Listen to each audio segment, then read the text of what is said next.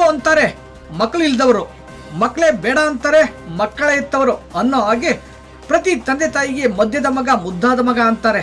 ಆದ್ರೆ ಇಲ್ಲೊಬ್ಬ ಮದ್ಯದ ಮಗ ತನಗೆ ಜನ್ಮ ನೀಡಿದ ತಂದೆ ತಾಯಿ ಪುಸಲಾಯಿಸಿ ಹಣ ಆಸ್ತಿಯನ್ನು ಬರ್ಸ್ಕೊಂಡು ಅವರೇ ಕಟ್ಟಿಸಿದ ಮನೆಯನ್ನು ಕಿತ್ಕೊಂಡು ಬೀದಿ ಪಾಲಿ ಮಾಡಿದ್ದಾರೆ ಎನ್ನಲಾಗಿದೆ.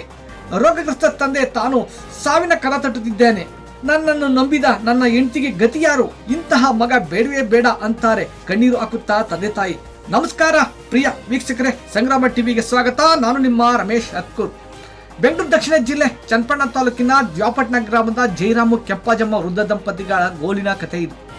ಬೆಂಗಳೂರು ದಕ್ಷಿಣ ಜಿಲ್ಲೆ ಚನ್ನಪಟ್ಟಣ ತಾಲೂಕಿನ ದ್ಯಾವಪಟ್ಟಣ ಗ್ರಾಮದ ಜೈರಾಮು ಕೆಂಪಾಜಮ್ಮ ವೃದ್ಧ ದಂಪತಿಗಳ ಗೋಲಿನ ಕಥೆ ಇದು. ಪ್ರಿಯ ವೀಕ್ಷಕರೇ, ದಂಪತಿಗಳಿಗೆ ಹೇಳಿ ಕೇಳಿ 3 ಮಂದಿ ಗಂಡು ಮಕ್ಕಳು. ಆ ಮಕ್ಕಳಲ್ಲಿ ಮದ್ಯದ ಮಗನೇ ಹೇಳಿ ಕೇಳಿ ಈ ಜ್ವಲಂತ ಕಥೆಯ ಪ್ರಮುಖ ಪಾತ್ರ.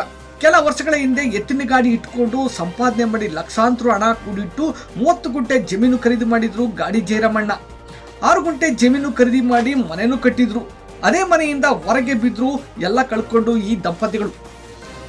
ಸಂಸ್ಥೆಯೊಂದರಲ್ಲಿ ನೌಕರಿ ಮಾಡುವ ಮದ್ಯದ ಮಗನ ಹೆಂಡತಿ ಪತ್ನಿ ಯಾರೂ ಅಲ್ಲ, ತನ್ನ ತಾಯಿ ಕೆಂಪಾಜಮ್ಮನ ಅಣ್ಣನ ಮಗಳು. ಈಕೆಗಾದ್ರೂ ತನ್ನ ಅತ್ತೆ ಮಾವನ ಬಗ್ಗೆ ಕನಿಕರ ಇರಬೇಕಿತ್ತು. ಅಣ್ಣ ತಮ್ಮ ಬೆಂಗಳೂರಿನಲ್ಲಿ ವಾಸವಿದ್ರು. ಅಪ್ಪ ಅಮ್ಮನ ತಾನೇ ನೋಡ್ಕೋತೀನಿ ಅಂದಿದ್ರು ಈ ಮಗ.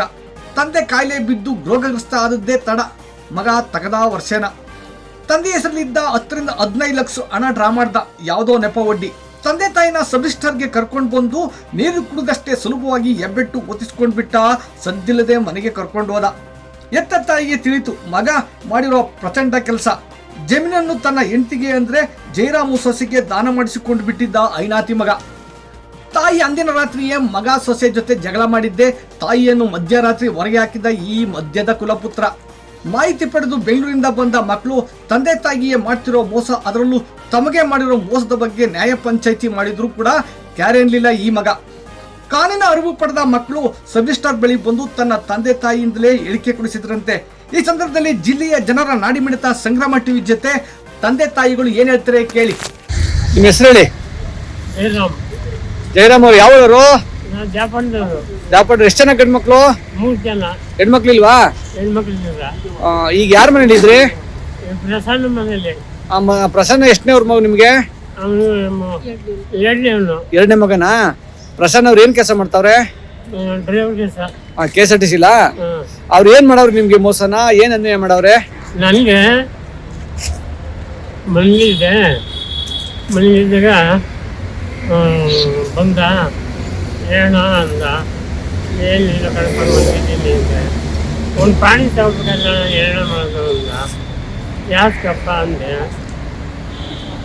ಅಂದಾಗ ಯಾತ್ಕೋಬೇಕು, ಒಂದು ಪಾಣಿ ಬೇಡ ಅಂದ.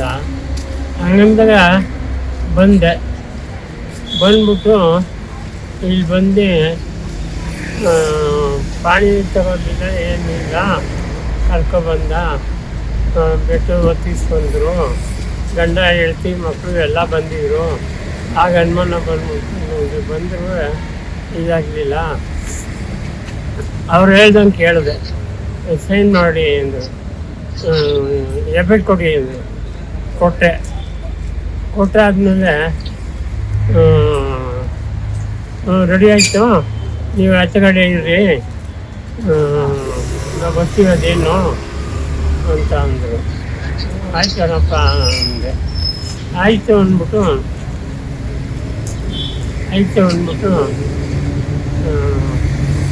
ಆಗ ಊರಿಗೆ ಕರ್ಕೊಂಡ್ಬಿಟ್ಟು ಇದೇನು ಎಲ್ಲ ಬಂದಿದ್ದೀರಿ,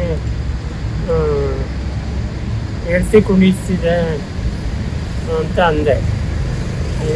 ಅವ್ರು ಬೇರೆ ಕಡೆ ಬೇಡ ಮತ್ತೇನು ತೊಂದರೆ ತಗೋಬೇಡ ಬಿಡಪ್ಪ. ಆಮೇಲೆ ಒಂದು 4-5 ದಿನಕ್ಕೆ ಒಂದು ಪ್ರಾಣಿ ಬೇಕಾಯಿತು. ನೋಡು ಅಂದ್ಬಿಟ್ಟು 2 ಕೈಲ ಬೇಕಾಯ್ತು ತರಿಸೆ. 7 ಹೆಸರಿಗೆ ಹೆಂಡತಿ ಹೆಸರಿಗೆ ಜಮೀನು 38 ಗುಂಟೆ ಜಮೀನೇ ಮಾಡಿಸ್ಕೊಬಿಟ್ಟ ಅವನು. ಜಮೀನು ಏನು ಹೇಳಲಿಲ್ಲ ಕೇಳಲಿಲ್ಲ. ಸುಮ್ಮನೆ ಮಾವ, ನಿಂಗೆ ಯಾಕೆ, ನಿಂಗೆಲ್ಲ ಯಾವ್ದಾರು ಮಾಡ್ತೀವಲ್ಲ, ನಿಂಗೆ ಯಾಕೆ ಸುಮ್ಮನಿರು ಮಾವ, ನೀನು ನಮಗೆ 38 ಗುಂಟೆ ನೀನು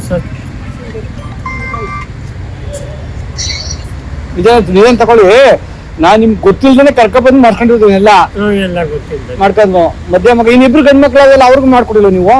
ಅವ್ರಿಗಿಲ್ಲ ಸಹ ಇಲ್ಲ. ಅವ್ರ ಪಾಪ ಗೊತ್ತೇ ಇಲ್ಲ. ಅವ್ರಿಗೆ ಹೇಳಿದ್ರು